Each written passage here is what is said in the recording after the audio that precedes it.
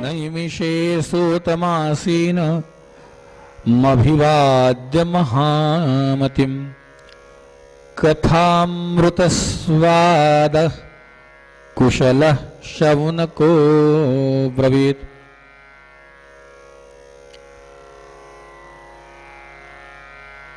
अज्ञानध्वांत विध्वंस कोटिसूर्य समप्रभ सूताख्या हि कथासारं मम कर्णरसायनम्।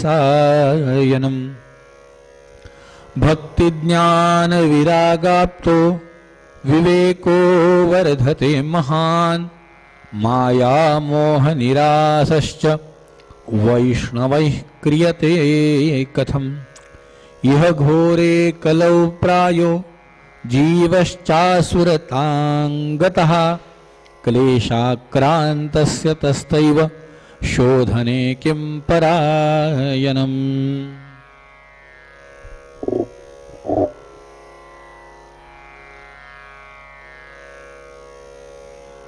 बद्ध, मुमुक्षु, साधक आणि सिद्ध या चार अवस्था कळाल्या। या चार अवस्थेमध्ये मुमुक्षु, साधक आणि सिद्ध हा जो प्रवास आहे, ज्या वेळेला आपली भूमिका मुमुक्षु असती त्यावेळेला आपल्याला साधन मिळवायचं आहे, साधना करण्यासाठी आपल्याला साधन मिळवायचं आहे। आणि हे साधन मिळवायचं तर ते साधन कुणाकडनं मिळवायचं? ज्यांनी साध्य केलेलं आहे त्याच्याकडून मिळवायचं। साध्य कुणाकडनं मिळवायचं? साधन कुणाकडनं मिळवायचं? तर ज्यांनी ते साध्य केलंय त्याच्याकडून मिळवायचं। म्हणून समर्थांनी दासबोधामध्ये गुरु करताना सुद्धा फार सुंदर वाक्य सांगितलं की गुरु करावा पारखोनी। गुरु पारखून करायचा आहे का? कारण समर्थांनी सांगितलं नाना चेटके दाखविती, नाना करामती करविती, नाना प्रकारे माणसाला भ्रमित करणारे असे कितीही गुरु मिळाले तरी ते दोन अडक्याचे आणि त्याजावे त्यांच्या नादी लागू। आणि आजकाल समाजाला त्याचंच कौतुक जास्त आहे। आजकाल समाजामध्ये ना कमी कष्टामध्ये जास्त फळ मिळवायची प्रवृत्ती वाढली आहे बघा। ही घातक आहे।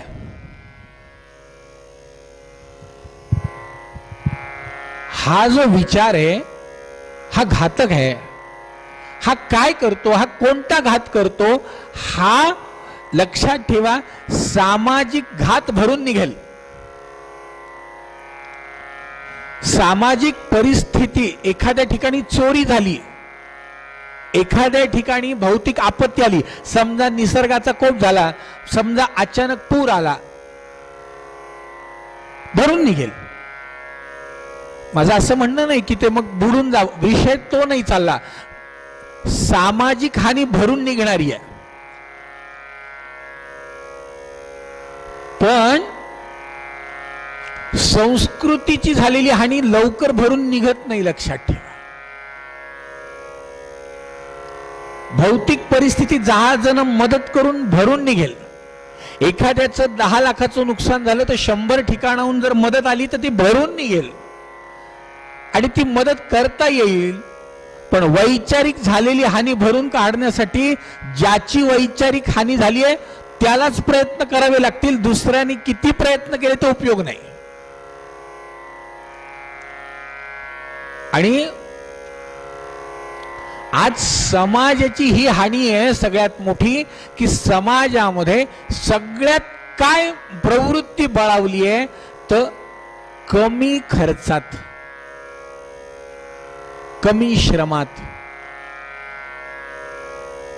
कमी गुंतवणुकीत जास्तीत जास्त परतावा कसा मिळेल, आणि ही समाजाची नाडी ज्यांना कळाली ते खोट्या ऍडव्हर्टाइज करून आहे ते सुद्धा बळकावू लागले. म्हणून आज अनेक बातम्या आपण ऐकल्या असतील. आता 8 दिवसापूर्वी पुण्याची बातमी तुमच्यापर्यंत आली असेल कदाचित. एका सुशिक्षित दाम्पत्याला एका महाराजांनी शंकर महाराज अंगात येतात या नावाखाली 14 कोटींना गंडा घातला. 14 कोटी.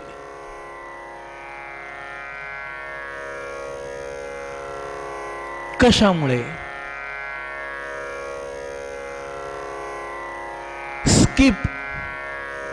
माणसाला आपलं दुःख स्किप करायचंय, माणसाला आपलं दैन्य स्किप करायचंय, माणसाला आपल्या साधू संतांच्या विचारामध्ये कुठेही स्किप हा विषय नाहीच आहे.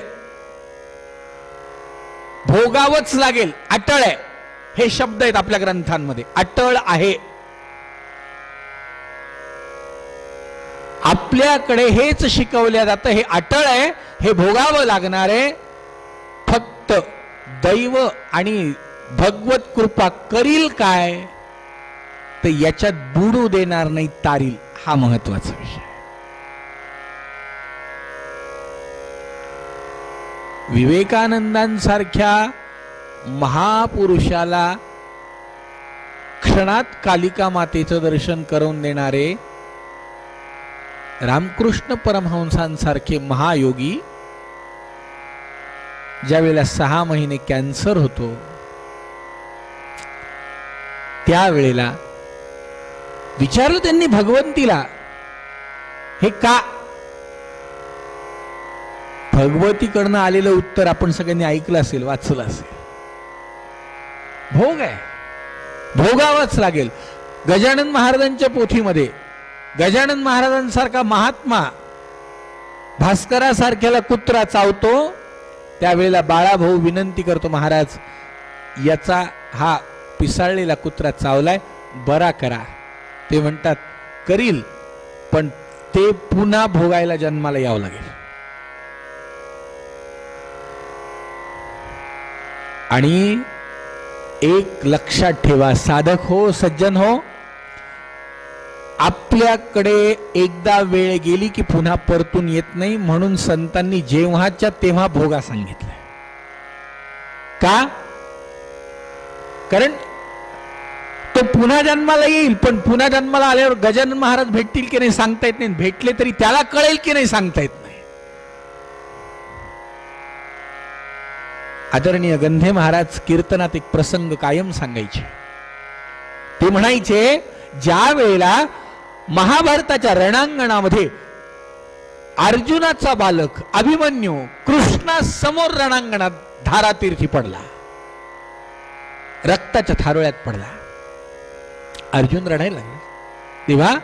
तेव्हा अरे तुझ्यासारखा मामा पाठीशी असताना कृष्णाने पाहिलं, हे लिखित आहे. बरं, विशेष म्हणजे त्याला वीरगती मिळाली आहे, रणांगणात गेलाय. बघायचं का तुला? क्षणभर त्याचे डोळे लावले आणि डोळे लावून अर्जुनाला दाखवलं की अभिमन्यू हा महादेवाच्या मांडीवर बसलेला होता.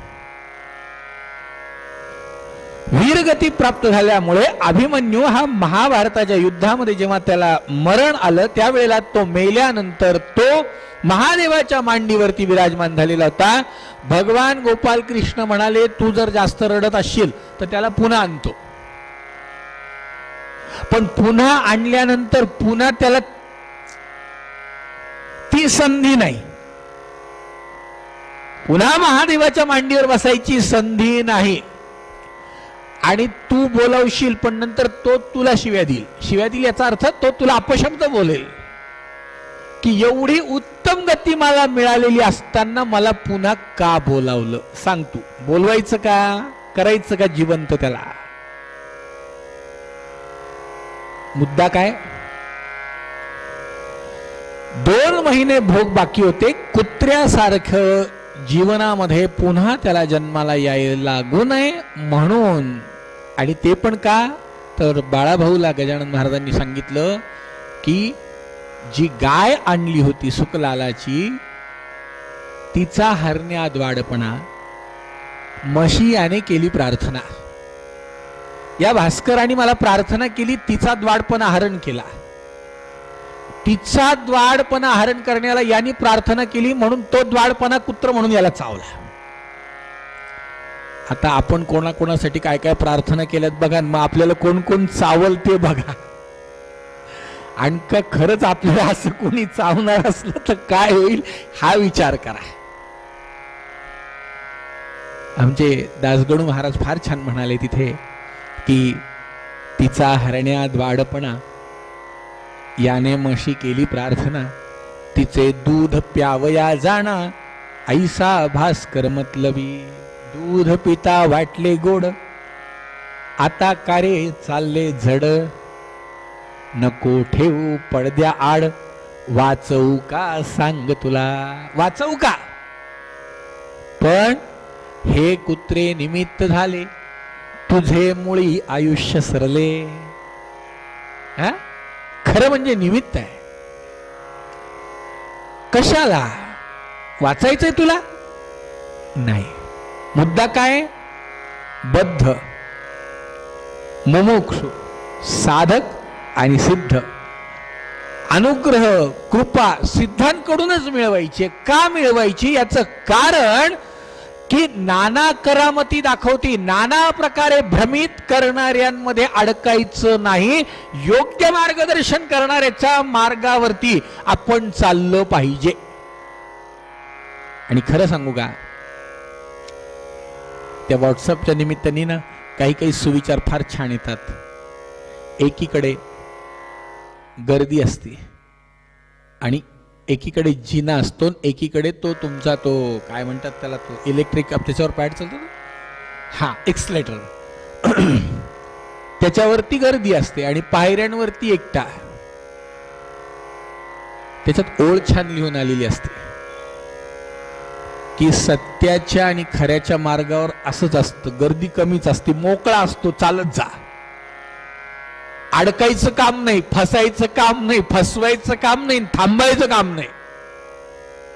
आहे कठीण आहे, सत्याचा मार्ग थोडा कठीण आहे पण मोकळा आहे. आपणच आहेत त्या रस्त्यावर, आपल्याला चालायचंय. अडवणार नाही कोणी, कोणी म्हणणार नाही, उलट म्हणतील बरं आहे ते सत्याने वागतायत ना, आपला फायदाच होतोय, चांगलं आहे. त्यांच्या फायद्यासाठी का होईना पण आपण सत्याच्या मार्गावर चला. मुद्दा काय? मुद्दा एकच आहे, योग्य गुरुचं मार्गदर्शन, योग्य व्यक्तीचं मार्गदर्शन, योग्य सिद्धाचं मार्गदर्शन. हे जेव्हाही मिळतं, हे ज्यालाही मिळतं आणि हे ज्याला कळतं त्याच्या जीवनाचं कल्याण होतं. आणि समर्थांनी आपल्याला कळणाऱ्यांच्या यादीत आणलंय. एक लक्षात घ्या, हे आपलं भाग्य आहे. याचं कारण सांगू का? भांड उलट असलं तर कितीही त्याच्यावरती पाणी असलं तरी आपल्याला माहिती आहे, पालथ्या घडावरून वाहलेलं पडलेलं पाणी हे वाहून जातं. त्याच्यासाठी भांड सरळ करावं लागतं. आपण जी पार्श्वभूमी ऐकली ती आपलं भांड सरळ करण्यासाठी ऐकली. आणि आता आपल्याला भागवत ऐकायचंय. कारण का? की आतापर्यंत आपल्या ऐकायची संकल्पना वेगळी होती आणि आता आपल्या ऐकण्याची दिशा बदलली आहे आणि बदललीच पाहिजे. त्याच्यासाठी पार्श्वभूमीत वेळ दिलाय. आपली ऐकण्याची दिशा बदला. भागवत करमणूक म्हणून नाही, भागवत वेळ जावा म्हणून नाही, भागवत पुण्य मिळावं. नाही पुण्य मिळालं तर चालेल, काय करायचंय पुण्य मिळवून? एक लक्षात घ्या, पुण्यातून मिळणाऱ्या गोष्टी सुद्धा कधी कधी माणसाला भ्रमित करू शकतात. आम्हाला भागवतातनं भक्ती ज्ञान वैराग्यच मिळालं पाहिजे, एवढाच भागवताशी आमचा अनुसंधान ठेवा. आणि जेव्हा भक्ती ज्ञान वैराग्य मिळतं ना, तेव्हा नाही पुण्याची मोजणी, नाही पापाची टोचणी, नाही पुण्याची मोजणी, नाही पापाची टोचणी. जिणे गंध उघाचे पाणी, जिणे गंग उघाचे पाणी, जिणे गंग उघाचे पाणी, नाही पुण्याची मोजणी. ही अवस्था निर्माण झाली पाहिजे. कशाचा न लाग भाग, कशाचा न लाग भाग, कशाचा न पाठ लाग. जीवनात ही अवस्था निर्माण झाली पाहिजे. कशाचा न लाग भाग, जे आहे त्याचं त्रास नाही आणि जे नाही त्याच्या मागे पळायचं काम नाही. कशाचा न लाग भाग, कशाचा न पाठ लाग, आम्ही फुलांचे पराग, आम्ही फुलांचे पराग, नाही पुण्याची मोजणी, नाही पापाची टोचणी. ही अवस्था झाली पाहिजे. परमार्थ म्हणजे न्यूट्रल अवस्था, न्यूट्रल, अगदी वरही नाही खाली नाही, सुखही नाही. आणि हे कुठे अपेक्षित आहे? भगवद्गीतेत. माझा भक्त कसा पाहिजे? माझा भक्त ज्याला सुखाचाही आनंद नाही, दुःखाचाही त्रास नाही. आहे की नाही? भगवद्गीता आपण वाचतोय. आपल्याला त्या अवस्थेला जायचंय. आता त्या अवस्थेला जाणं हेच जीवनाचं कर्तव्य आहे. हे जीवनाचं कर्तव्य कुठे? हे भागवतात आहे. भागवतामध्ये कोणत्याही प्रकारचे प्रलोभन दाखवलेले नाहीत. भक्ती ज्ञान वैराग्य एका अवस्थेला, ज्या अवस्थेला माणूस सुख दुःखाच्या पलीकडे जातो. पूजेतल्या पाना फुला, मृत्यू सर्वांग सोहळा. पूजेतल्या पाना फुला, मृत्यू सर्वांग सोहळा. धन्य निर्माल्याची कळा, धन्य निर्माल्याची कळा, नाही पुण्याची मोजणी, नाही पापाची टोचणी, नाही पुण्याची मोजणी. देवाला वाहिलेल्या फुलाला झाडापासून निघून गेल्याचं दुःख नाही. का? कारण सोहळा मृत्यू सर्वांग सोहळा. धन्य निर्माल्याची कळा.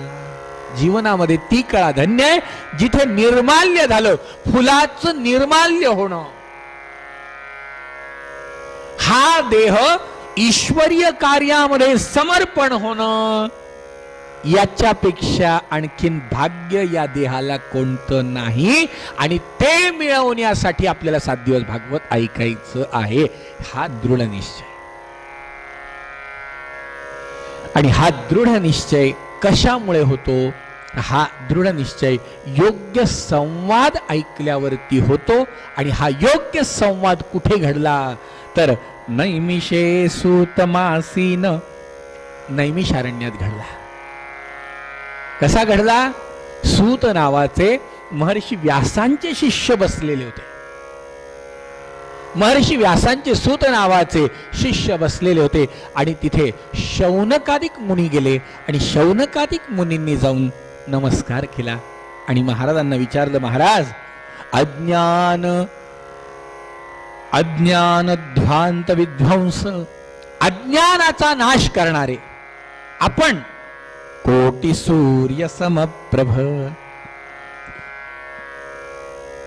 सूत्राख्याहि कथासारम मम कर्ण रसायनम. महाराज, आम्ही उत्सुक आहोत. आम्ही तुमच्याकडे आलोय. कशा करता आलोय? आम्हाला सांगा. काय सांगा? भक्ती ज्ञान विरागो, भक्ती ज्ञान विराग विवेको वर्धते महान. विवेक या 4 गोष्टींची वाढ कशी होईल ते सांगा. आता मला सांगा, ज्यांना पहिला प्रश्न पडला आणि त्या प्रश्नाहून भागवत सुरू झालं, आपल्याकडे जर तो प्रश्न असेल तरच आपल्या प्रश्नाला काही महत्व आहे, नाही तर बाकीचे आणलेले सगळे आपले चिल्लर प्रश्न सगळे बाजूला. शौनकादिक मुनींना प्रश्न पडला, भक्ती ज्ञान विरागाप्तो, भक्ती ज्ञान विराग विवेको वर्धते महान. 4 गोष्टी वाढल्या पाहिजे. भक्ती वाढली पाहिजे, ज्ञान वाढलं पाहिजे, वैराग्य वाढलं पाहिजे आणि सगळ्यात महत्वाचं विवेक वाढला पाहिजे. कोणता विवेक? समर्थांनी ज्याला महत्व दिले तो विवेक. समर्थांच्या साहित्यामध्ये 2 शब्दाला फार महत्व आहे. एक विवेक आणि दुसरं सावधान. तुम्ही समर्थांचं साहित्य किती वाचा, याच्यामध्ये एक तर सावध व्हायला महत्व दिलंय, नाही तर विवेकाला महत्व. विवेकाला महत्व म्हणजे काय? विवेक म्हणजे काय? सारासार विचार. कोणता? माणसांनी कधी काय करावं, कधी काय करू नये, याला विवेक म्हणतात. म्हणजे कसा? आणखीन सोप्या भाषेत सांगायचं तर गाडी चालवायची म्हणल्यावर लायसन काढायला गेला, तिथे आधी लर्निंग लायसन असतं, तोंडी परीक्षा. कशी? तर तिथे प्रश्न विचारले जातात. ज्याला लायसन, ज्याला परवाना काढायचा वाहन चालवायचा, त्या चालकाला प्रश्न विचारले जातात. बोर्ड दाखवला जातो, रस्त्याने तुम्हाला वेगवेगळ्या प्रकारचे चिन्ह, सिम्बॉल दिसतात, याचा अर्थ काय? आणखीन त्या लर्निंग लायसन मध्ये शिकवलं जातं सगळ्यात पहिलं की आपल्याकडे म्हणजे भारतीय मोटार वाहन कायद्यानुसार रस्त्याने चालताना कोणत्या बाजूनी चालायचं? डाव्या बाजूनी चालायचं. सगळ्या देशांमध्ये नाही, काही ठिकाणी उजव्या बाजूनी चालायचा नियम आहे. मग डाव्या बाजूनी चालायचं हा नियम आहे, तर रस्त्याने चालताना कधीही कोणत्या बाजूनी चालायचं? वाहन न्या का पायी चाला, काय करणार? डाव्या बाजूनी चालणार. हे झालं शिक्षण. लायसन काढायला गेला, पास झाला, 10 पैकी 10 मार्क पडले, घरी आला. नवीनच लायसन होतं, लर्निंग काढलेलं होतं, 10 पैकी 10 मार्क पडले म्हणून आनंदाच्या भरात परमनंट लायसनच्या आधीच गाडी काढली आणि गाडी काढून रस्त्याला लागला. रस्त्याला लागला, नेमकी डाव्या बाजूनी समोरून एक रेडा येत होता, हेला. आता याचा अभ्यास झालेला होता की काही झालं तरी आपली बाजू नाही सोडायची, डावी बाजू सोडायची नाही. परत तो जसा जसा हेला जवळ यायला लागला तसा याचं हँडल डुक डुक डुक डुक डुक डुक करायला लागलं. बरं, मला काय म्हणायचं,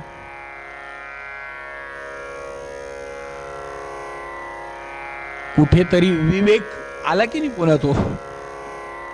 आता यांनी हॉर्न दिला, लाईट दिला, सगळे प्रयत्न केले, पण ते रेड्याला काय करणार होतो? माणसाला ठीक आहे, पण रेड्याला काय करणार? यांनी सगळं केलं पण तो रेडा काही जागा सोडेना. शेवटी एक क्षणाला धाड आवाज झाला, हा रेड्याने टक्कर द्यायच्या आधी स्लिप होऊन पडला रेड्याच्या समोरच. बरं, रेडा तरी सुद्धा नाही, रेड्याने याच्या अंगावर एक पाय दिला, याच्या गाडीवर एक पाय दिला आणि पुढे गेला. पहिल्यांदा जाऊन यांनी फ्रॅक्चर झालेला पाय नीट केला आणि दुसऱ्या दिवशी मोटर वाहन कायदा जिथे त्याला काल पास केलं तिथे गेला आणि तिथे म्हणला, साहेब साहेब साहेब, कसे काय तुम्ही मला 10 मार्क दिले? म्हणले कस काय? तू प्रश्नाचे उत्तर बरोबर. अहो म्हणले, मी तुम्ही दिलेल्या प्रश्नाच्या अनुषंगाने उत्तराने डावी बाजू सोडलीच नाही, तर हे झालं सगळा प्रताप. त्यांनी पाहिलं, अरे बाबा, त्याच्या पुढे तुला बुद्धी दिली की नाही? रेड्याच्या तुझ्या बुद्धीत काही फरक आहे की नाही? अरे रेडा रस्ता सोडे ना, तर तू रस्ता सोडून उजव्या बाजूला जाऊन पुन्हा डाव्या बाजूला यायचं. हे कोण सांगणार होतं? याला विवेक म्हणतात. मोटार वाहन कायद्यानुसार जरी रस्ता सोडायचा नसला तरी समोरून जर हेला येतोय तर एक तर उजवी बाजू धरायची नाही, तर जागेवर थांबायचं नाही, तर बाजूला सरकायचं, काहीतरी करावं लागेल ना. याला म्हणतात विवेक. आणि तो विवेक कसा, परमार्थात विवेकाला फार महत्व आहे. देवानी आमची परिस्थिती वाईट दिली तरी परमार्थ कसा करायचा, आणि देवानी आम्हाला खूप श्रीमंत कसं केलं तरी पण परमार्थ कसा करायचा. याच्यामध्ये 2 उदाहरणं आपल्याला पाहायला मिळतील. गरिबी असली तरी परमार्थ कसा करायचा तर आमच्या माऊलींकडनं शिकायचं, आणि श्रीमंती असल्यानंतर परमार्थ कसा करायचा हे आमच्या नाथ महाराजांकडून शिकायचं. परिस्थिती भिन्न आहे, पण विवेक परमार्थ कसा करायचा.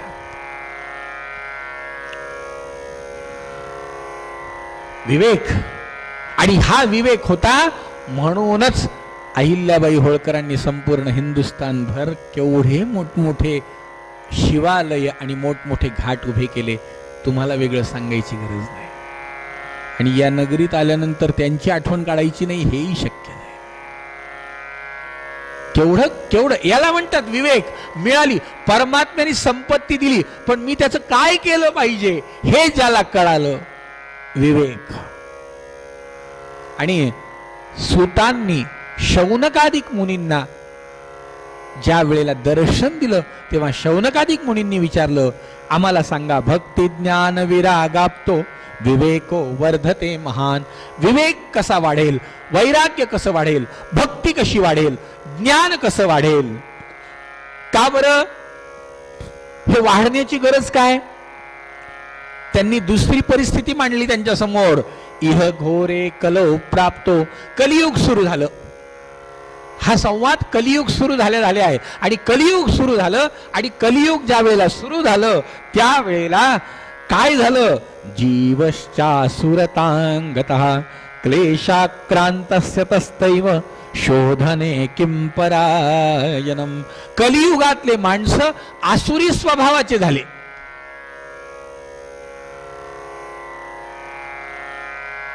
आसुरी स्वभाव कसा. 3 प्रकारचे स्वभाव आहेत. एक दैवी स्वभाव, एक मानुषी स्वभाव, आणि एक आसुरी स्वभाव. आपलं कोणतं आहे ते आपण आपलं ठरवायचं आणि आपल्या आपल्या मनात ठेवायचं. हे सांगायचं नाही कोणालाच. मी फक्त गुणधर्म सांगतो. दैवी स्वभाव कोणता आहे. जेव्हा आपल्याकडे एक पोळी आहे, जे आपल्या जवळ आहे, जे आपणास ठावे ते इतरा शिकवावे. समर्थ म्हणतात, शहाणे करोनी सोडावे.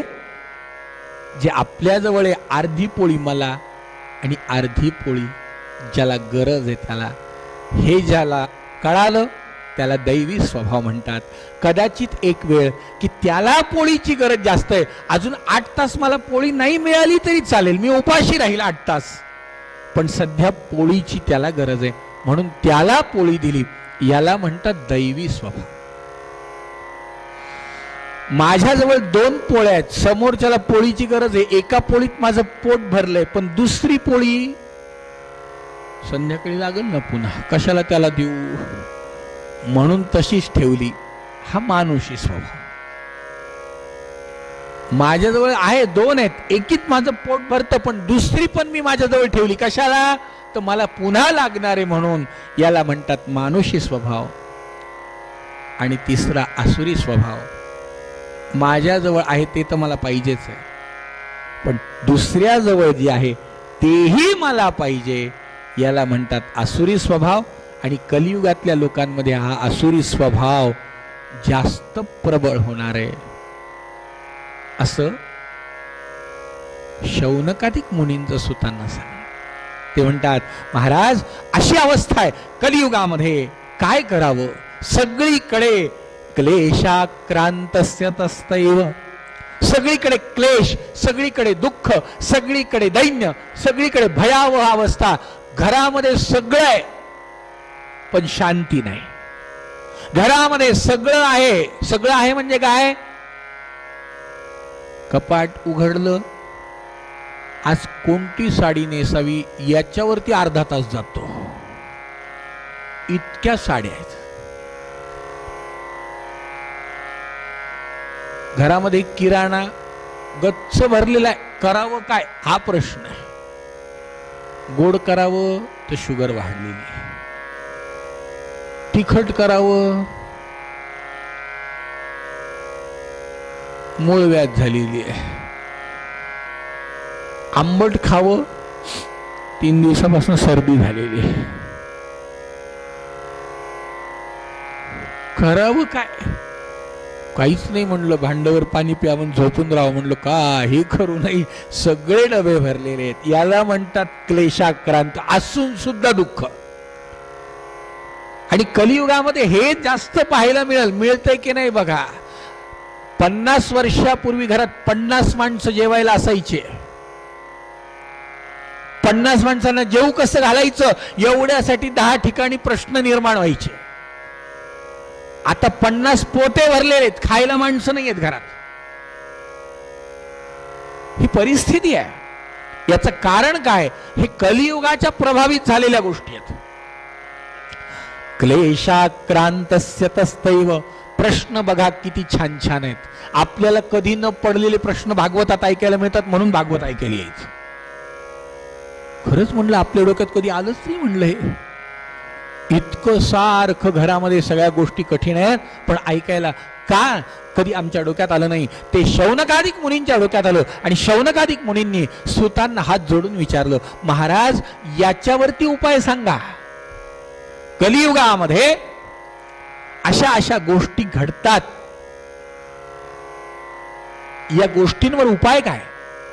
विवेक, वैराग्य, ज्ञान, भक्ती यांनी माणसाचं जीवन समृद्ध नाहीये. माणसं याच्या मागे नाहीच, माणसं दुसऱ्याच गोष्टीच्या मागे. माणसांनी हे प्राप्त कसं करून घ्यावं हे सांगा. दुसरी गोष्ट, या कलियुगामुळे प्रभावित झालेल्या जनतेमध्ये प्रचंड दुःख पाहायला मिळतं, मनस्ताप पाहायला मिळतो. मला सांगा, जर तसं नसतं तर ज्याच्याकडे सुपर क्लास 1 ची नोकरी आणि पद आहे त्याला फाशी घ्यायची वेळ आली नसती. काय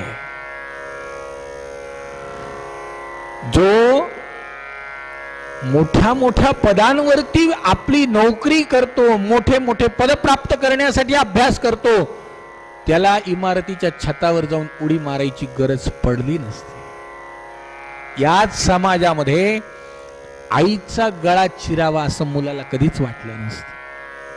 आपल्या पोटच्या अर्भकाला उकिरड्यावर फेकून द्यावं असं आईला कधीच वाटलं नसतं. आपल्या आई वडिलांना अनाथ आश्रमात नेऊन सोडून द्यावं असं कधीच वाटलं नसतं.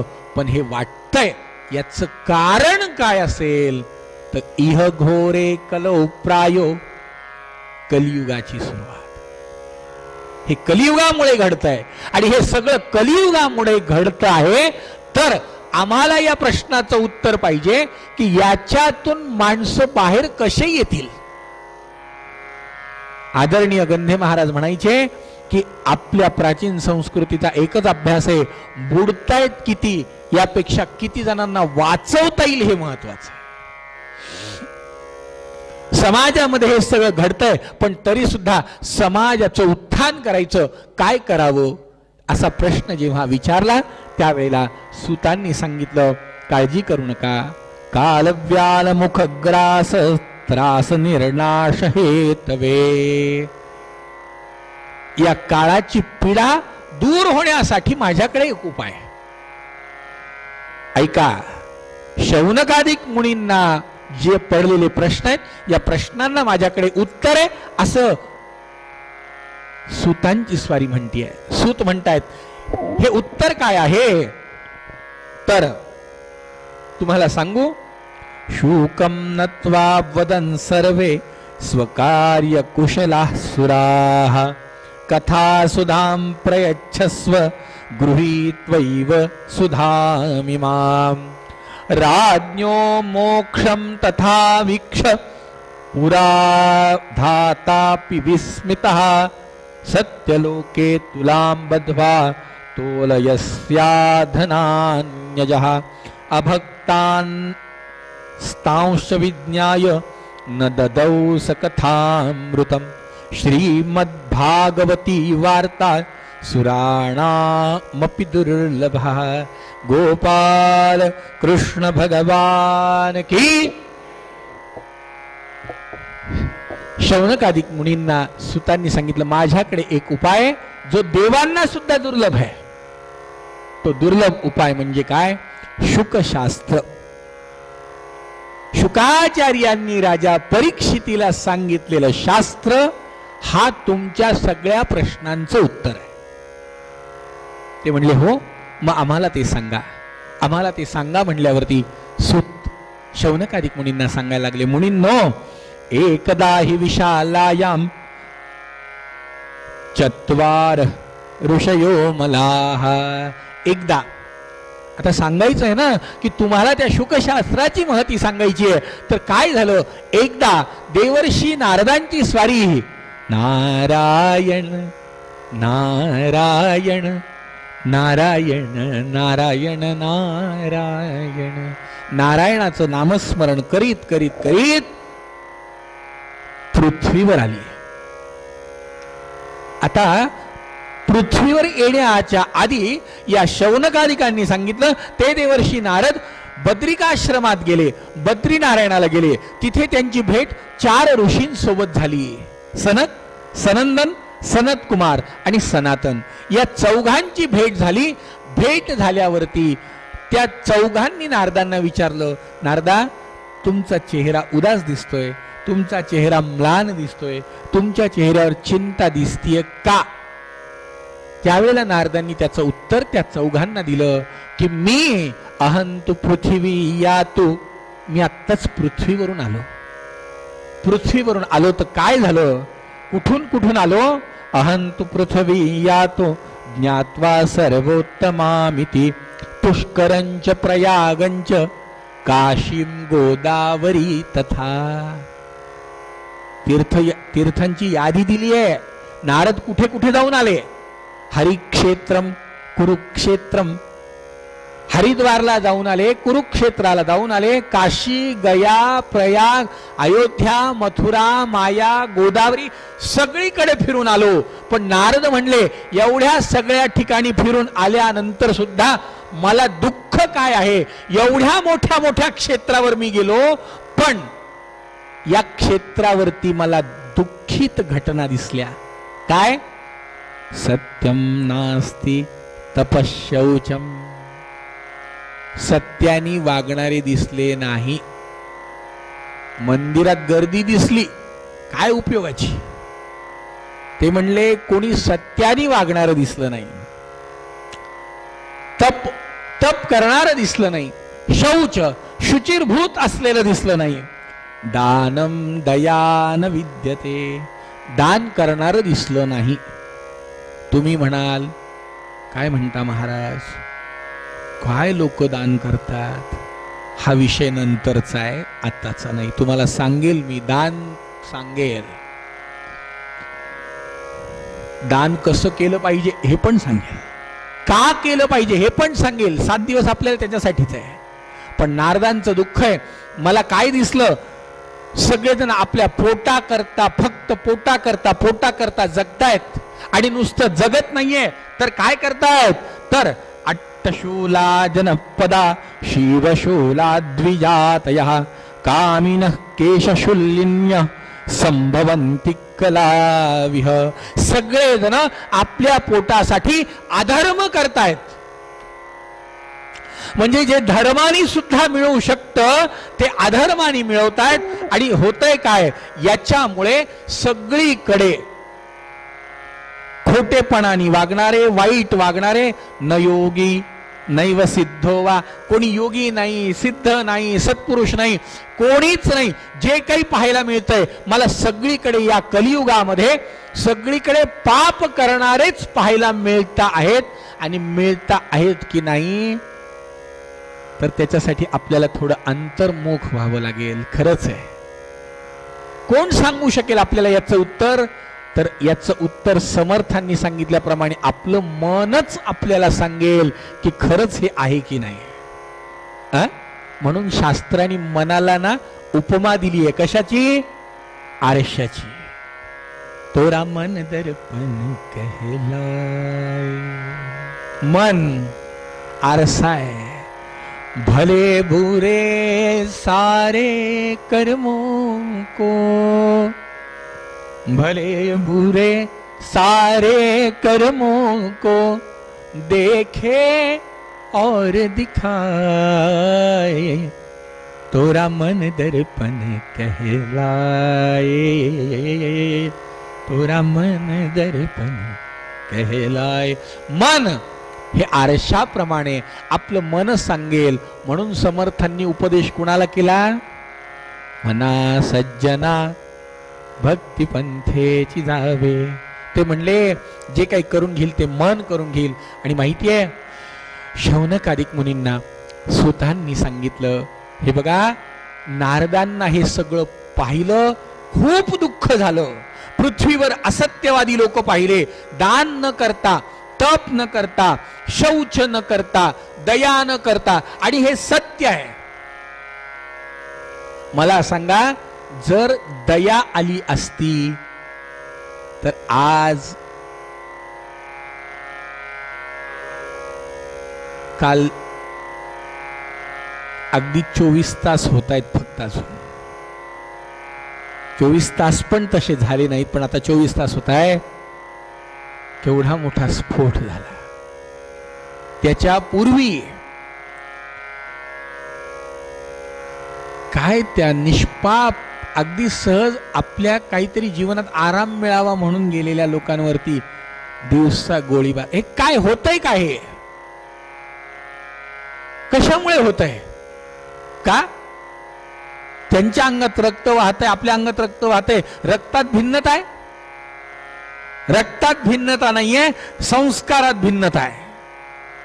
रक्त तर तुमच्या माझ्यामध्ये जे घटक रक्तात आहेत तेवढेच त्यांच्याही घटक रक्तात आहेत. काही वेगळे घटक आहेत? मग त्या रक्तावरती झालेला संस्कार वेगळा आहे. आणि हा संस्कार कोणता झाला? तर हा कलीचा संस्कार झाला. म्हणून त्यांच्यातली दया गेली,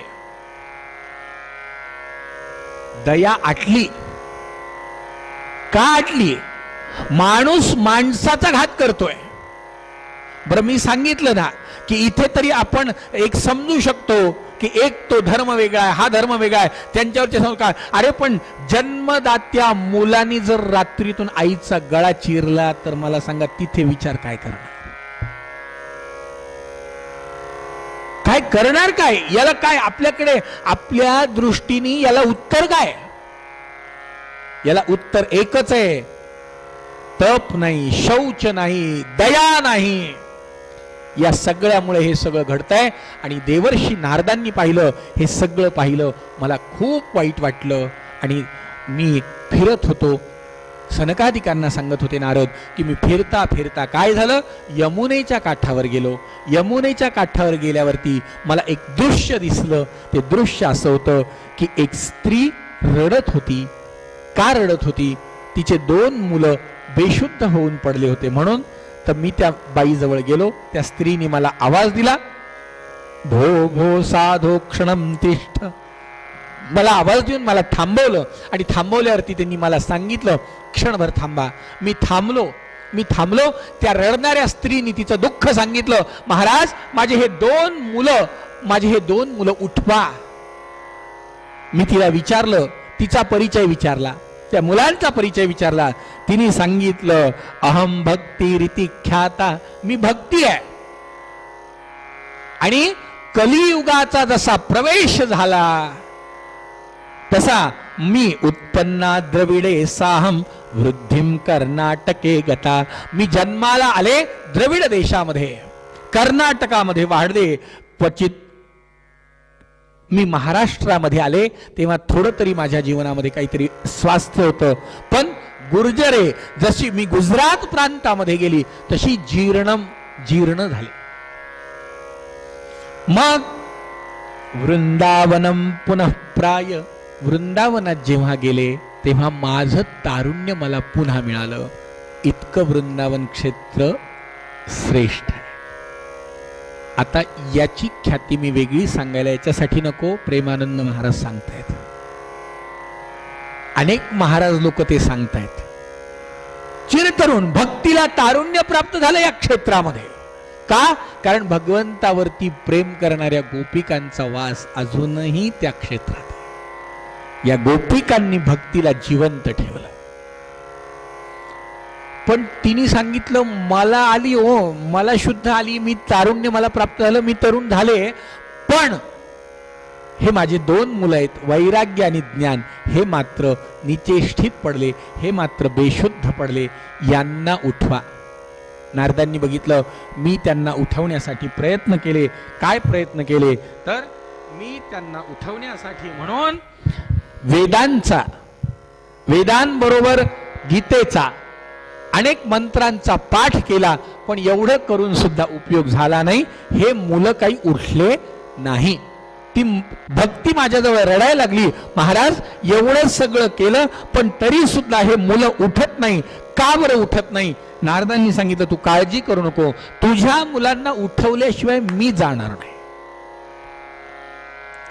आणि देवर्षी नारद म्हणतात, काही झालं तरी मला त्या मुलांना उठवायचं आहे, आणि त्या मुलांना उठवण्यासाठी म्हणून मी आश्वासन त्या भक्तीला दिलंय की मी तप करीन पण तुझ्या मुलांना उठवील, म्हणजे कुणाला ज्ञान आणि वैराग्यांना उठवील, तू काळजी करू नको. तेव्हा त्या भक्तीने मला एक प्रश्न विचारला की महाराज तुम्ही मला एक सांगा, खरं म्हणजे मला आणि माझ्या मुलांना अशी जीर्ण अवस्था आलीच का? नारदांनी सांगितलं, बाई कलियुगाची सुरुवात झाल्यामुळे हे सगळं घडलं. भक्तीने विचारलं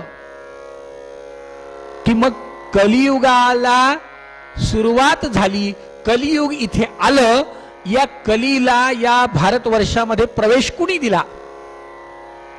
नारदांनी सांगितलं, बाई राजा परीक्षितीने तिला कलीला प्रवेश दिला.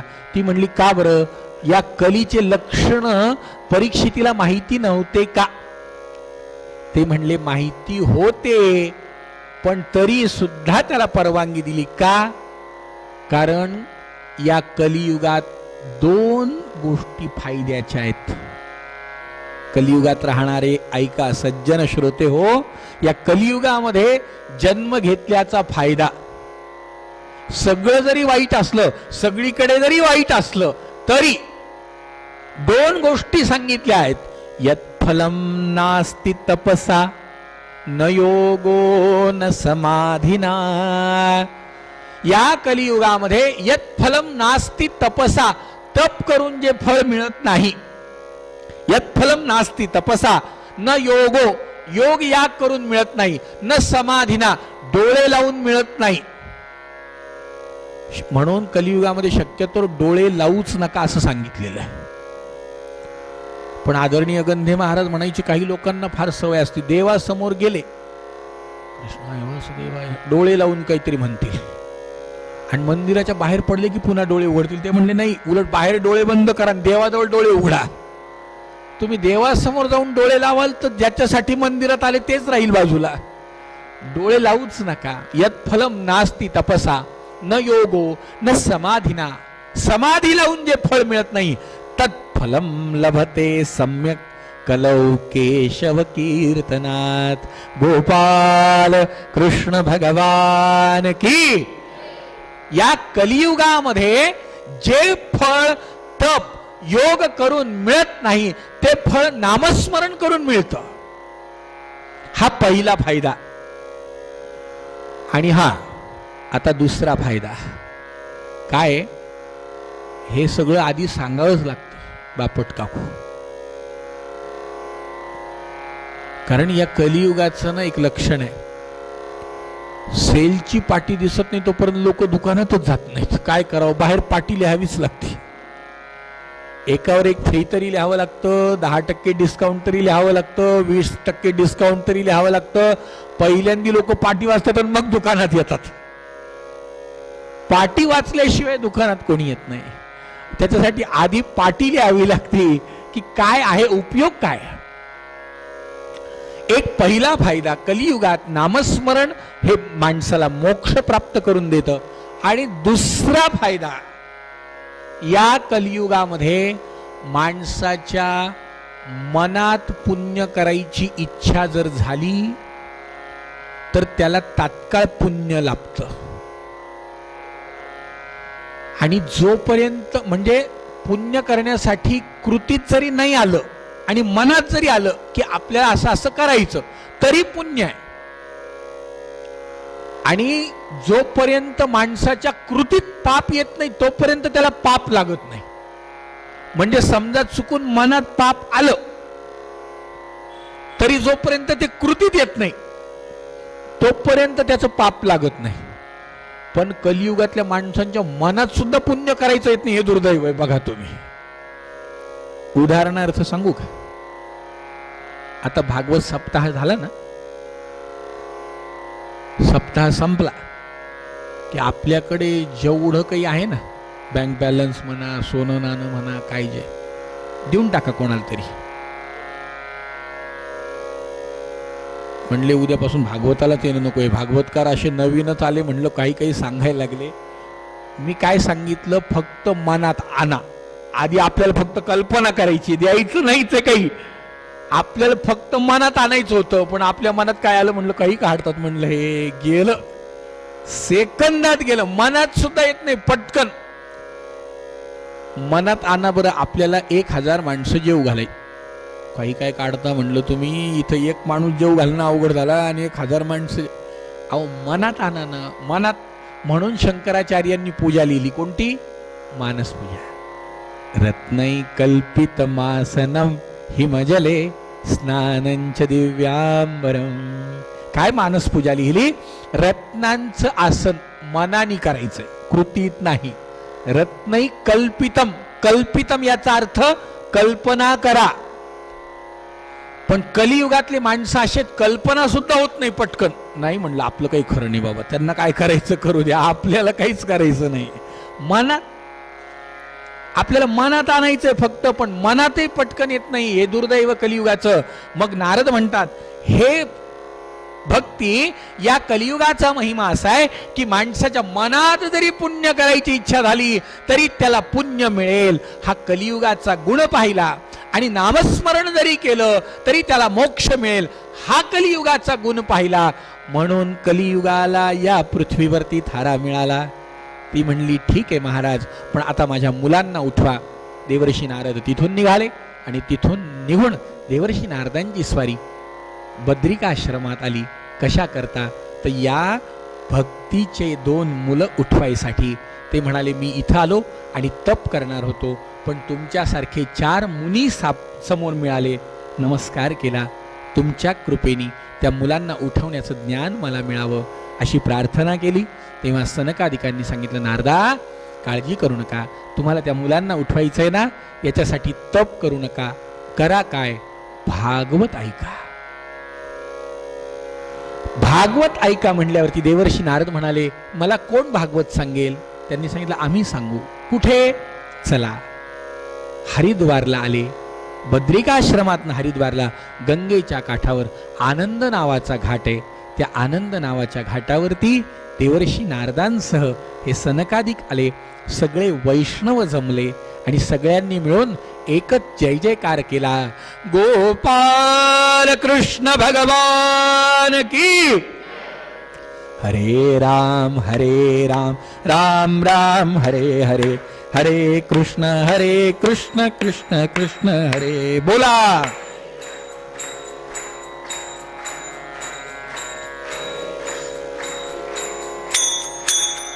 हो हरे राम राम राम हरे हरे, हरे कृष्ण कृष्ण कृष्ण हरे. बोला बोला.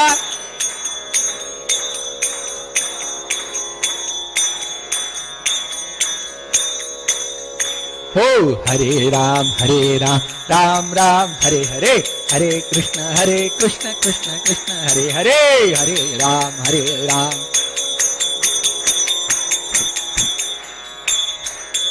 गोपाल कृष्ण भगवान की. देवर्षी नारद आणि सनकादिक गंगेच्या काठावर फक्त फक्त भगवंताचा नावाचा जय जयकार केला आणि नारदांनी समोर दृश्य पाहिलं की भक्ती, आपले वैराग्य आणि ज्ञान या दोन मुलांना बरोबर घेऊन त्या भागवत कथेच्या सभामंडपात येऊन बसले. आणि मग देवर्षी नारदांना खात्री पटली की वा वा वा, नक्कीच भक्ती, ज्ञान, वैराग्य ज्यांनी जागृत होईल हे भागवत कथेचं ज्ञान आहे. आणि सुतांची स्वारी शौनकादिकांना सांगतेय, मी तुम्हाला हे ज्ञान सांगणारे 7 दिवस. त्यावेळेला सुतांनी विचारलं, ही भागवत कथा कुणी सांगितली? त्यावेळेला सुतांना जेव्हा हा प्रश्न शौनकादिकांनी विचारला तेव्हा शौनकादिक मुनींना सुतांनी सांगितलं, ही कथा महर्षी व्यासांनी सांगितली. कुणाला सांगितली? ते म्हणाले, महर्षी व्यासांनी ही कथा आपल्या मुलाला म्हणजे शुकाचार्यांना सांगितली. ते म्हणले, का बरं सांगितली? ते म्हणले, या महर्षी व्यासांचा शुक नावाचा जो मुलगा होता हा जन्मताच वैराग्य प्राप्त झालेला होता, ज्याला इतकं वैराग्य होतं की त्यांनी आईच्या पोटातून बाहेर यायचं नाही, जन्म घ्यायचा नाही असा निर्णय घेतला. का? तर बाहेर आलो तर संसारात पडावं लागेल म्हणून. काय एक एक महात्म्य असतात, यांचं नाव जरी ऐकलं तरी किती खरं आनंद मिळतो. नाहीतर आपले बघा, संसारातनं रिटायर झाल्यानंतर सुद्धा संसारात पडायची इच्छा शिल्लक राहती. किती अवस्था वाईट आहे. त्यांनी संसारात पडायचं नाही म्हणून जन्मच घ्यायचं नाही ठरवलं. शेवटी व्यासांनी प्रार्थना केली. 12 वर्ष ते आईच्या पोटात होते, 12 वर्ष, आणि 12 वर्ष आईच्या गर्भात राहिले. शेवटी व्यासांनी सांगितलं, तुझी इच्छा, तुला जे करायचं ते कर, पण आईला मोकळं कर. तेव्हा शुकाचार्यांनी जन्म घेतला आणि शुकाचार्य जन्माला आले तशाच दिगंबर अवस्थेत वनात निघून गेले. आपल्या त्या मुलाला परत आणण्यासाठी म्हणून महर्षी व्यासांनी श्रुती स्मृतींना हे भागवत शिकवलं.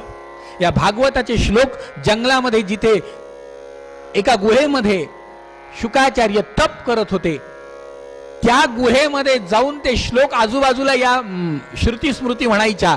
तेव्हा शुकाचार्य म्हणले, हे श्लोक तुम्हाला कोणी शिकवले? त्यांनी सांगितलं, आमच्या गुरुजींनी. म्हणलं, ते मला शिकवतील का? म्हणलं, का नाही, चला. आणि जेव्हा शुकाचार्यांना तिथून आणलं ते म्हणले, हे तर मी माझ्या घरीच आलो. म्हणलं, मग तुमच्याच वडिलांनी आम्हालाही शिकवलंय. तेव्हा मग शुकाचार्यांनी आपल्या वडिलांकडून हे भागवत ज्ञान ग्रहण केलं. शुकाचार्यांना हे ज्ञान व्यासांकडून मिळालं, पण व्यासांना हे भागवत का लिहावं लागलं याचंही कारण आहे. सरस्वती नदीच्या काठावर महर्षी व्यास उदास होऊन बसले होते. का? कारण महाभारताचं युद्ध होऊन गेलं होतं. आणि महाभारताचं युद्ध होऊन गेलं म्हणण्यापेक्षाही ते महाभारताचं झालेलं युद्ध महर्षी व्यासांनी लिहून काढलं होतं. आणि ते लिहून काढलं कशाच्या रूपाने? महाभारत काव्याच्या रूपाने. आणि महाभारतासारखं 1.25 लाख श्लोकांचं एवढं मोठं, आणि महाभारत म्हणजे नुसते भांडणं नाही आहेत, महाभारतात सुद्धा खूप तत्वज्ञान आहे बरं. अनेक ऋषींचे संवाद आहे महाभारतात सुद्धा. तर हे महाभारतासारखं दिव्य काव्य लिहिलं, पण भावाभावांचे भांडणं आणि त्याच्यातून झालेला जो काही विनाश होता हे लिहून सुद्धा उद्विग्न झालं होतं व्यासांचं मन. आणि लक्षात ठेवा, म्हणून महाभारताविषयी बोलताना आपल्याला माहिती आहे, कुणालाही महाभारत म्हणजे काय, आपण कसंही किती जरी विचार केला तर महाभारत हा शब्द कुठे वापरला जातो? जेव्हा 2 मैत्रिणी मंदिरात भेटतात आणि त्या विचारतात, का हो तुमच्या शेजारच्या कुलकर्णी काकू अशा मंदिरात दिसल्या नाही अशात? त्या म्हणल्या, नाही हो, त्यांच्या घरी महाभारत चालू आहे. म्हणजे काय? कळून गेलं काहीतरी त्यांच्या घरी चालू आहे. म्हणलं भांडणं म्हणजे कोणी त्यांच्या घरचे भांडणं सांगण्यासाठी म्हणतात की तिथे काय चालू आहे? महाभारत चालू आहे.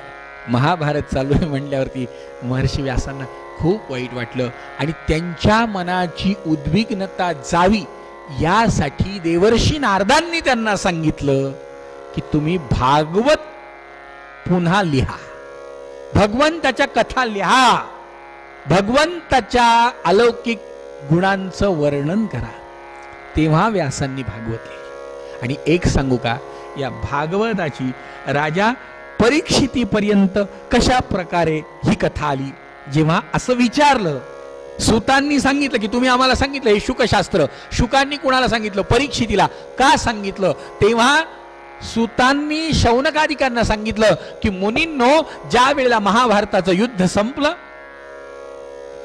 आणि शेवटचा संपलं याचा अर्थ अगदी शेवटच्या टप्प्यात आलं आणि शेवटचा दुर्योधन फक्त 100 कौरवांमधला दुर्योधन मारायचा राहिला, तेव्हा आपल्या दुर्योधन मित्राला बरं वाटावं म्हणून द्रोणाचार्य पुत्र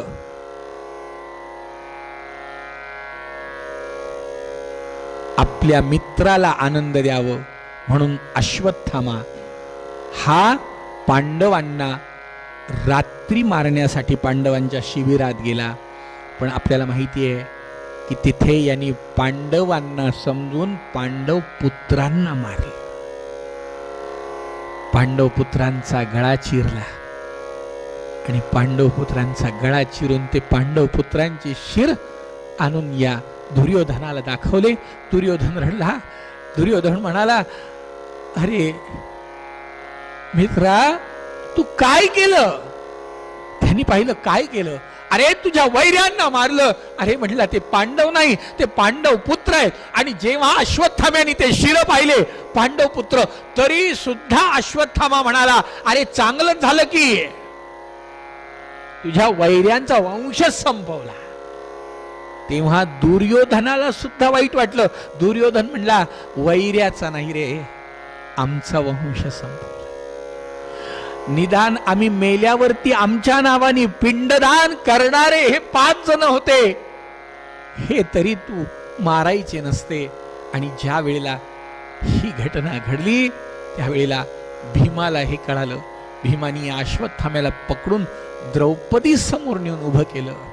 इथे आता बघा, भागवत याच्यासाठी ऐकायचं की द्रौपदी समोर भीमानी उभं करून विचारलं, द्रौपदी तू सांग या अश्वत्थाम्याला काय शिक्षा द्यायची. तेव्हा द्रौपदीने सांगितलं, नाही बाई, अश्वत्थाम्याला कोणती शिक्षा देतात. त्यांनी पाहिलं, द्रौपदी अगं वेडी आहे का, अगं हा तुझ्या मुलांना. तिने पाहिलं, त्याला शिक्षा केल्याने माझी मुलं परत येणार आहेत का, नाही. आणि शिक्षा केलीही असती. द्रौपदी बघती, बाई हा माझा गुरुपुत्र आहे आणि गुरुपुत्र हा गुरु समान आहे म्हणून मला याला शिक्षा नाही देता येणार. बघा काय विचार आहे. माझा गुरुपुत्र हा गुरुपुत्र गुरु समान आहे, याला शिक्षा नाही द्यायची. आणि दुसरी गोष्ट, हा ब्राह्मण पुत्र आहे, गुरुचा तर पुत्र आहेच, ब्राह्मण पुत्र आहे, याला मारायचं नाही. त्यांनी पाहिलं भीमानी, द्रौपदी तू काय बोलतीये. म्हणलं, हो महाराज, नाही शिक्षा द्यायची. मग तरी सुद्धा याला शिक्षा द्यायची ठरलं. आणि याला शिक्षा द्यायची म्हणून काय केल्या गेलं, एक म्हणजे त्याची शिखा, ब्राह्मणाची सगळ्यात महत्वाची गोष्ट शेंडी, ती शेंडी कापून टाका म्हणलं. आणि दुसरी गोष्ट, त्याच्या डोक्यावरती एक रत्न होतं, ते रत्न काढून तिथे जखम केली. त्याला देवानी 7 चिरंजीवांच्या यादीमध्ये चिरंजीव केला की हे दुःख तू कायम भोग, तुला मरावं जरी वाटलं तरी तुला मरता येणार नाही. म्हणून अश्वत्थाम्याला चिरंजीव केला. आणि चिरंजीव केल्यानंतर अश्वत्थामा तिथून गेला. पण लक्षात ठेवा, या अश्वत्थाम्याची सूड बुद्धी काही गेली नाही. या अश्वत्थाम्याला एक गोष्ट कळाली की पांडव पुत्र जरी मारले तरी पांडवांचा नातू अजून आहे. तो कुठे, तर तो याच अर्जुनाचा रणांगणामध्ये पडलेला अभिमन्यू नावाचा जो मुलगा आहे, याची उत्तरा नावाची जी बायको आहे, त्या बायकोच्या पोटात गर्भ म्हणून वाढतोय. आणि त्याला संपवायचं म्हणून सूत सांगतायत शौनकादिक मुनींना, मुनींनो या अश्वत्थाम्याने ब्रह्मास्त्र फेकलं उत्तरेचा गर्भ मारण्यासाठी. भगवंतानी तिथे त्याचं रक्षण केलं. गर्भात या मुलाला सांभाळलं. त्याला नुसतं सांभाळलं नाही, त्याला जन्म त्याचा होईपर्यंत तिथे त्याला भगवंतानी सांभाळलं. आणि तो गर्भ कायम त्या भगवंताला पाहत होता. आणि जसा त्याचा जन्म झाला तसा बाहेर आल्याबरोबर त्यांनी इकडे तिकडे पाहायला सुरुवात केली की आतमध्ये जो सांभाळणारा होता तो बाहेर पण आहे का. आणि बाहेर पाहिलं त्यांनी तर त्याला दिसला तो समोर गोपाल कृष्ण. त्यांनी देवाची परीक्षा केली म्हणून त्याचं नाव परीक्षित असं ठेवल्या गेलं. शुकाचार्यांनी याच परीक्षितीला भागवत सांगितलं. सूत सांगतायत शौनकादिक मुनींना, मुनींनो हाच तो परीक्षित आहे की ज्या परीक्षितीचा जन्म झाला, भगवंताकडे पाहून हसला, भगवंताच्या मांडीवरती त्याला ठेवल्या गेलं. आणि आमच्या कुंती मातेनी याच आपल्या बाळाचं, आपल्या वंशाला, ज्या वंशाने आपल्या उद्धार होणार आहे वंशाचा, त्या मुलाचं नाव आपल्याच भाच्याच्या म्हणजे गोपाल कृष्णाच्या मांडीवर ठेवलं. आणि त्याला उत्तम प्रकारे आयु आरोग्य प्राप्त व्हावा असा आशीर्वाद दे कृष्णा असं म्हणल्यानंतर या परीक्षिताला भगवंताने आशीर्वाद दिला. आणि भगवान गोपाल कृष्ण द्वारकेला गेले. महाभारत संपलं, मुलगा झाला. पांडवांचे मुलं जरी नाही तरी पांडवांना नातू झाला. आणि हा पांडवांचा नातू वाढायला लागला. आणि हा पांडवांचा नातू हळूहळू वाढायला लागला. द्वारकेत गेलेले भगवान गोपाल कृष्ण कालांतराने निजधामाला गेले. निजधामाला जेव्हा भगवान गेले, हे पांडवांना जेव्हा कळालं तेव्हा पांडवांनी सुद्धा सदेह वैकुंठाला जायचा निर्णय घेतला. तेव्हा हा परीक्षित जवळजवळ 30 वर्षांचा झालेला होता. तेव्हा या परीक्षितीला त्यांनी गादीवर बसवलं, चक्रवर्ती सम्राट केलं. आणि परीक्षित राजाला राज्य देऊन पांडव स्वर्गारोहण करते झाले. आणि हा राजा परीक्षित या चक्रवर्ती राजा म्हणून पृथ्वीचं राज्य सांभाळायला लागला. तिकडे गोपाल कृष्ण गेले, इकडे पांडव गेले. आणि जाता जाता कलियुगाची सुरुवात झाली. आणि जेव्हा कलियुगाची सुरुवात झाली तेव्हा या कलियुगाने याच परीक्षित राजाच्या नगरात प्रवेश केला. आपण कथा ऐकलेली असेल की त्या बैलाच्या रूपाने धर्म, आणि त्या धर्माला गाईच्या रूपाने तिथे पृथ्वी, आणि धर्माला मारण्यासाठी या काळपुरुषांनी त्याचे 3 पाय तोडले. धर्माचे 4 पाय कोणते होते तर सगळ्यात पहिला पाय जिथे सत्य आहे, दुसरा पाय जिथे दया आहे, तिसरा पाय जिथे पवित्रता आहे, आणि चौथा पाय जिथे तप आहे. तर या 4 पायांपैकी या धर्माचे 3 पाय तोडले या कलीने. एक म्हणजे तप तोडलं, म्हणून कलियुगात कोणी तप करत नाही. आणि तप करायला गेलेले पुन्हा वापस येतात. कसे? उदाहरण देतो सोपं, आपला तसा वेळ झालाय, 5च मिनिटं घेतो.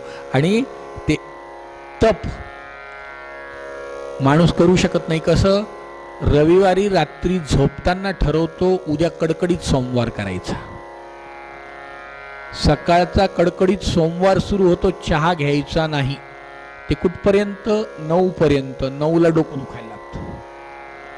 म्हणलं जोपर्यंत चहा घेत नाही तोपर्यंत आमचं डोकंच उतरत नाही. म्हणलं मग घेऊन टाका चहा. आता चहा घेतल्यावर बरं वाटलं ना थोडं. 12 वाजले.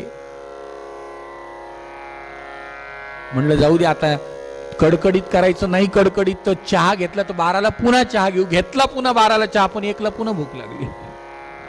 शेवटी 1ला म्हणलं जाऊ दे, शेंगदाण्याचे लाडू तरी खाऊ. नाही तिखट मीठ खायचं तर लाडू तरी खाऊ शेंगदाण्याचा. 1 वाजता शेंगदाण्याचा लाडू खाल्ला तरी 4 वाजता पुन्हा कस्तरी व्हायला लागलं. म्हणलं जाऊ दे आता, एक काम करा, थोड्या पापड्या तरी तळू. म्हणलं थोड्या. 4ला पापड्या तळल्या. कडकडीत सोमवार संध्याकाळी वरण भात भाजी पोळी खाऊन सुटला एकदाचा. म्हणलं आता पुढचा सोमवार कडकडीत नाही करायचा. का? सगळं दुखायला लागतं. म्हणलं डोकं.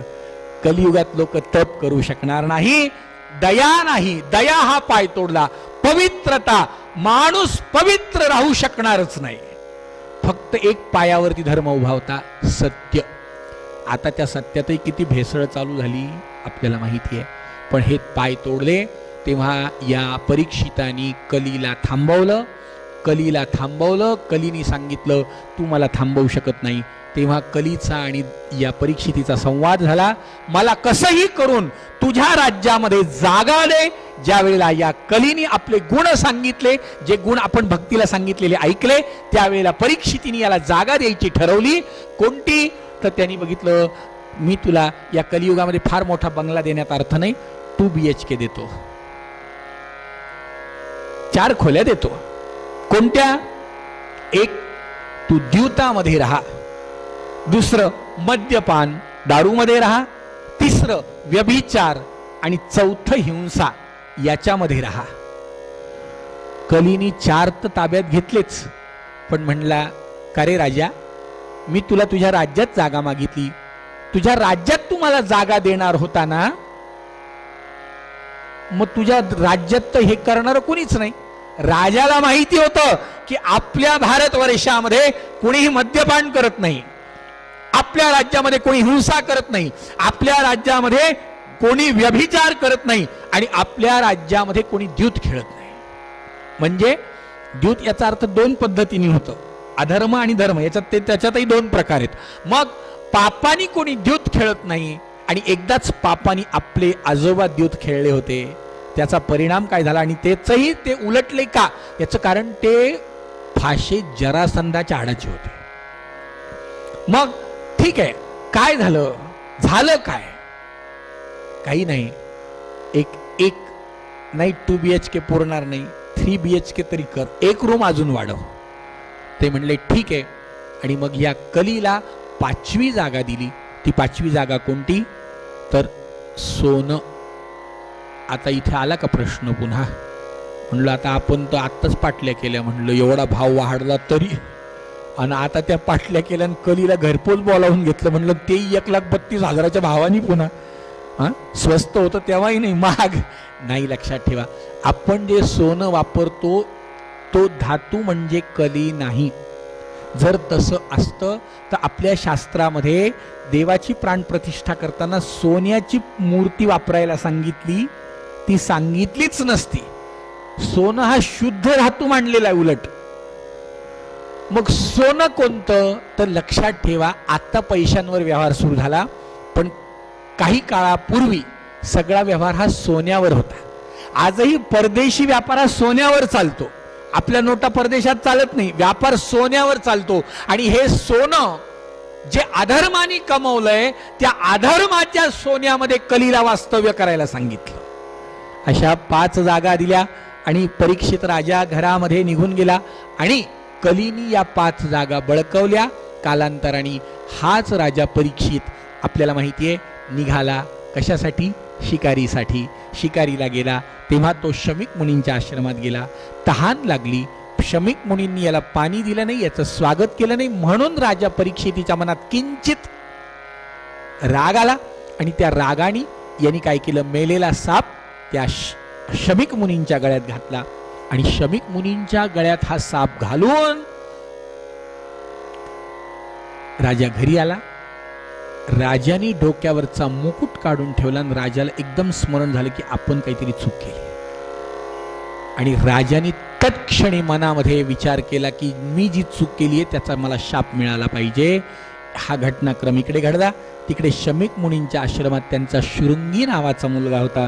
या मुलानी शाप दिला, ज्या राजानी माझ्या बापाचा अपमान केला त्या राजाला आजपासून 7व्या दिवशी मरण येणार. ओहो, मरण येणार. जेव्हा हे शमीक मुनींना कळालं तेव्हा शमीक मुनींनाही वाईट वाटलं. ते म्हणले, शृंगी, अरे तू एका चक्रवर्ती सम्राटाला शाप दिला, जाऊन आधी त्याला सांग, त्याला अज्ञानात ठेवू नको. खरं म्हणजे त्याला शाप द्यायला नव्हता पाहिजे, पण तू दिला. आणि एवढा मोठा कृष्णाच्या मांडीवर जन्माला आलेला एवढा राजा, याची बुद्धी का पालटली?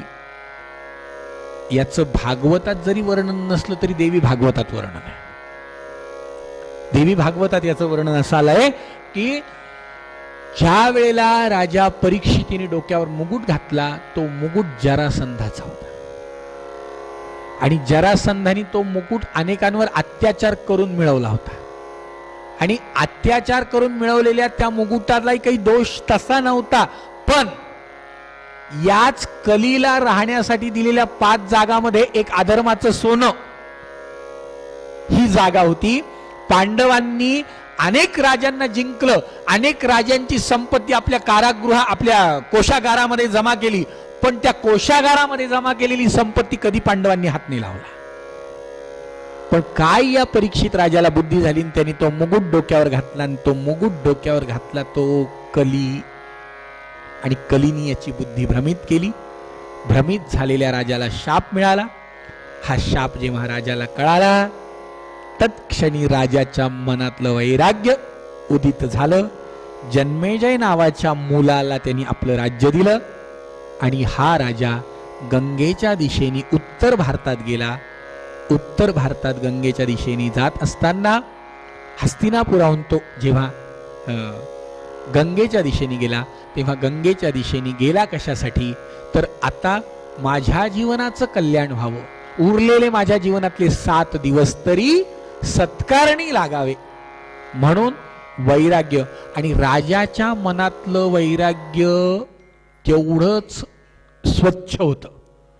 म्हणून भगवंतांनी शुकाचार्यांना आज्ञा दिली की जा आणि राजाला रहस्य सांगा. आपला मुद्दा इथे आला, याच्यासाठी घरून येताना शुद्ध प्रार्थना देवाला करा, म्हणजे इथे आल्यावरती जे ज्ञान राजा परीक्षितीला सांगायची बुद्धी शुकाचार्यांना झाली तेच ज्ञान तुम्हाला मला ऐकायला मिळावं, नाही का? आपल्याला गप्पा नाही ऐकायच्या, आपल्याला काही मनोरंजन नाही ऐकायचं, आपल्याला शुद्ध ज्ञान ऐकायचं. राजा परीक्षित कशासाठी आला? शुद्ध ज्ञानासाठी आला आणि त्याचा संकल्प शुद्ध होता म्हणून तिथे पायातल्या खडावा खाड खाड खाड खाड वाजवत शुकाचार्य आले. शुकाचार्य भगवान की. शुकाचार्य आले. राजा परीक्षितीने हात जोडले. शुकाचार्यांबरोबर असं म्हणतात कितीतरी 1000 मुनी तिथे आले. त्या आकडा अनेक ठिकाणी वेगवेगळा सांगितला जातो. आकड्यापेक्षा अनेकांच्या रूपाने तिथे मुनी आले. एका दिव्य झाडाखाली, आजही ते झाड आपण कधी जर गेलात शुकतालला तर ते झाड आहे म्हणतात. त्या झाडाखाली शुकाचार्यांनी आसन टाकलं. आसन तरी कोणतं? दगडाचं आसन हो. दगडाच्या आसनावर शुकाचार्य बसले.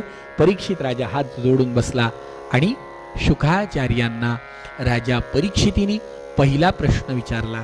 महाराज, मरणासन्न ज्याच्या समोर मरण आहे, ज्याच्या समोर मृत्यू आहे, मृत्यू ज्याच्या समोर उभा आहे त्या माणसाने काय करावं? तुमच्या माझ्या समोर मृत्यू आहे की नाही, म्हणजे तुमच्या माझ्या समोर असलेल्या मृत्यूशी आपण कशा प्रकारे सामना केला पाहिजे याचं उत्तर आमच्या शुकाचार्यांनी राजा परीक्षितीला दिलं. ते उत्तर ऐकायचंय उद्याच्या भागामध्ये. हरे राम राम राम हरे हरे, हरे कृष्ण कृष्ण कृष्ण हरे. बोला